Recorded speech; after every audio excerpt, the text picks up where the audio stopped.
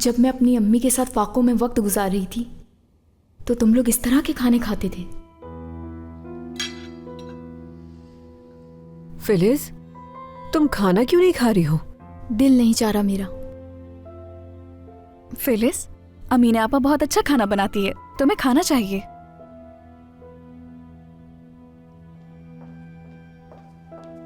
ये भी आ गया, शुक्रिया। एंजॉय करें।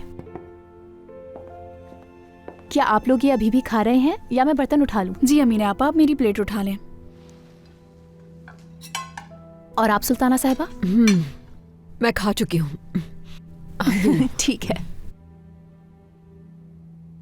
फिलिस साहिबा, लगता है आपको खाना अच्छा नहीं लगा। हरगिज नहीं, सच में हर चीज़ बहुत शानदार है, बस मेरा दिल नहीं चाह रहा कि मैं खाऊं। चलें ठीक है, कोई बात नहीं, मैं इसको ले जाती हूँ।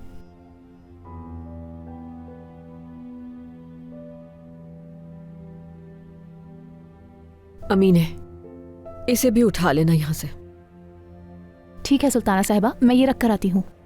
फिलिस, तुम्हें ये बकलावा खाना चाहिए था, अमीना आपा बहुत मजे का बनाती हैं।